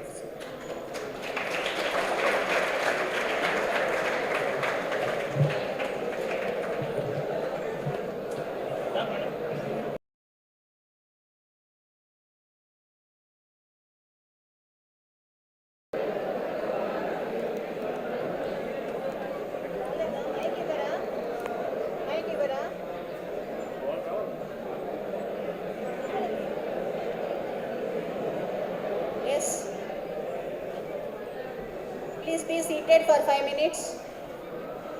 5 minutes.